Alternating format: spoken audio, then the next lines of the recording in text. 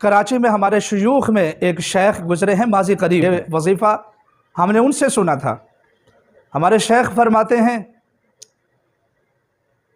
کہ مجھے ایک مقدمے میں پھنس گیا، ضرورت پڑ گئی، میں اتنا پریشان تھا کہ وکلاء نے بھی ہاتھ اٹھا لیے تھے۔ میں نے اپنے رب سے رجوع کیا، ہمارے شیوخ کا بتایا ہوا یہ عمل میں نے کیا۔ ایک رات میں اللہ کے سامنے یوں گڑ گڑاتا رہا، اللہ سے مانگتا رہا، وہ قسم اٹھا کر فرماتے ہیں کہ صبح ہونے سے پہلے میرا مسئلہ حل ہو گیا۔ السلام علیکم ورحمۃ اللہ وبرکاتہ۔ شرع اسلام میں اللہ تعالیٰ سے مانگنا سب سے خوبصورت عبادت ہے، یعنی اللہ کے ہاں سب سے برگزیدہ بندہ وہ ہے جو اللہ سے سب سے زیادہ مانگتا ہے اور سب سے خوبصورتی سے مانگتا ہے۔ تو یہ بہت پیاری اور بڑی خوبصورت عبادت ہے کہ اللہ تبارک و تعالیٰ کسی کو اپنے سے مانگنے کی توفیق عطا فرمائے۔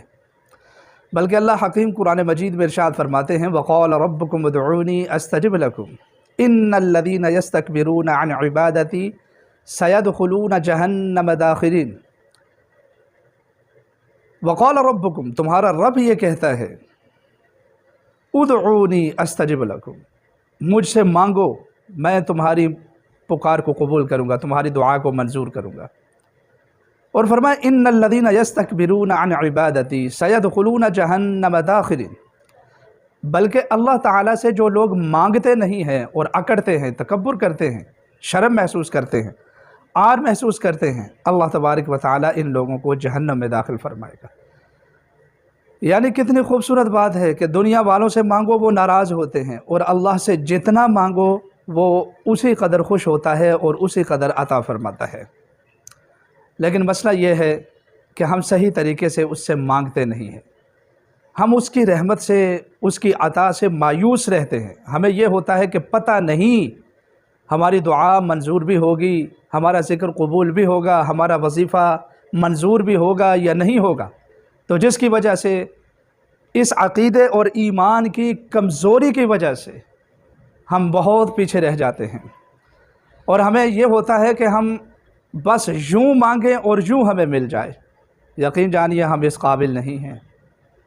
حضرت ایوب علیہ السلام کو آپ دیکھیے، 18 سال کے بعد اللہ تبارک و تعالیٰ ان کی قبول فرماتا ہے، ان کو شفا عطا فرماتا ہے، تو وہ اپنے رب کی شکر گزاری کرتے ہیں کہ اللہ میں اس قابل نہیں تھا کہ تو نے مجھے پھر سے نواز دیا۔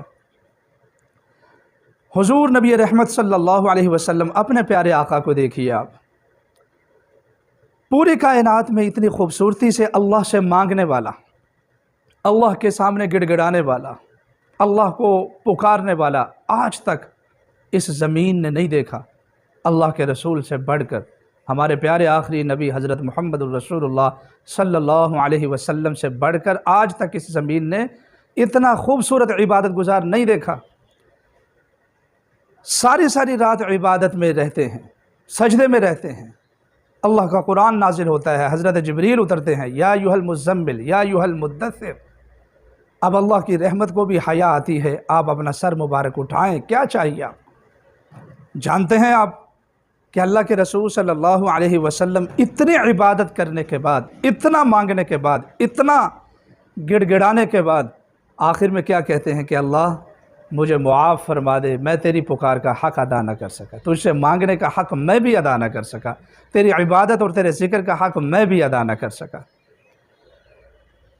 رات بھی ایک خاتون کا مجھے میسج موصول ہوا، وہ کہتی میں نماز بھی پڑھتی ہوں، میں نے پچھلے کئی دنوں سے نماز بھی شروع کر دی ہے، اس کے باوجود میری دعا منظور نہیں ہوتی۔ ہائے ہائے، افسوس ہے، یقین جانو ہم کسی کام کے نہیں ہیں۔ اپنے آپ کو عاجز، فقیر سمجھ کر، اللہ کے در کا محتاج سمجھ کر اس کے سامنے گڑ گڑائیں، عبادت کریں، اور اس یقین کے ساتھ کہ وہ آپ کی پکار کو براہ راست سنتا ہے، اس کو کسی واسطے وسیلے کی ضرورت نہیں ہے، وہ شارک سے زیادہ قریب ہے، وہ دل میں بیٹھا ہوا ہے، وہ انہ علیم بذات الصدور ہے۔ تو انشاءاللہ العزیز آپ یقین جانیے کہ خدا کی قسم ہو نہیں سکتا کہ بندہ اپنے رب سے مانگے اور اس کو نہ ملے۔ بہرحال یہ باتیں بھی آپ کو سکھانا ضروری ہوتی ہے۔ کئی لوگ کہتے ہیں کہ جی ویڈیو لمبی ہو گئی ہے۔ اگر وظیفے کے میں اصول نہیں سمجھاؤں گا، ذکر کے اصول نہیں سمجھاؤں گا، تو تمہیں کیسے پتہ چلے گا، آپ لوگوں کو کیسے معلوم ہوگا کہ اللہ سے کیسے مانگنا ہے، وظیفہ کیسے قبول ہوگا؟ تو آج میں آپ کی خدمت میں ایک بہترین ہدیہ لے کر آیا ہوں، بڑی مجرب۔ کراچی میں ہمارے شیوخ میں ایک شیخ گزرے ہیں ماضی قریب میں، حضرت مولانا مفتی زرولی خان رحمہ اللہ تعالی، ان کے حق میں ضرور دعا کیجئے گا۔ یہ وظیفہ ہم نے ان سے سنا تھا۔ ہمارے شیخ فرماتے ہیں کہ مجھے ایک مقدمے میں پھنس گیا، ضرورت پڑ گئی، میں اتنا پریشان تھا کہ وکلاء نے بھی ہاتھ اٹھا لیے تھے۔ میں نے اپنے رب سے رجوع کیا، ہمارے شیوخ کا بتایا ہوا یہ عمل میں نے کیا۔ ایک رات میں اللہ کے سامنے یوں گڑ گڑاتا رہا، اللہ سے مانگتا رہا۔ وہ قسم اٹھا کر فرماتے ہیں کہ صبح ہونے سے پہلے میرا مسئلہ حل ہو گیا تھا۔ آپ بھی یہ وظیفہ کریں، آپ کے بھی مسائل حل ہوں گے۔ اپنے عقیدے کو مضبوط بنائیں، اپنے رب کے ساتھ تعلق جوڑیے۔ یہ وظائف بتانے کا مقصد یہ نہیں ہے کہ آپ کو وظائف دیتے جائیں، بس مقصد یہ ہے کہ آپ لوگ اپنے رب کے ساتھ تعلق قائم کریں۔ جتنے بھی گناہ کے کام ہیں ان کو ترک کر دیں، چھوڑ دیں ان کو، اپنے رب کے صحیح معنی میں پجاری بن جائیں، اس کی پکار میں کسی کو شریک نہ کریں، ڈائریکٹ اس سے مانگیں۔ اب میں آپ کو وظیفہ بھی بتا دیتا ہوں۔ وظیفہ ہے سورہ تغابن کا۔ شیخ فرماتے ہیں کہ 2 رکعت نماز حاجت کے پڑھ کر عشاء کے بعد مصلی پر بیٹھ جائیں۔ سورہ تغابن 28ویں پارے میں ایک سورت ہے۔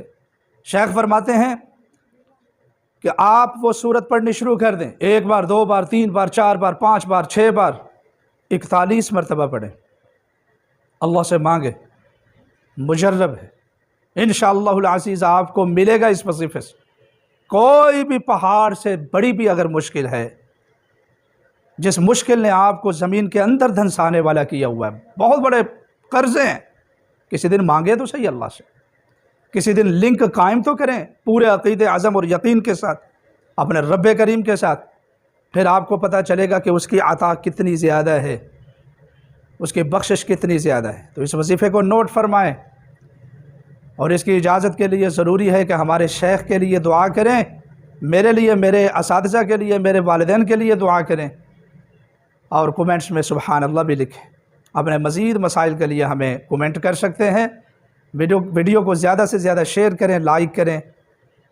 اللہ تعالیٰ تمام امت مسلمہ کی پریشانیوں کو دور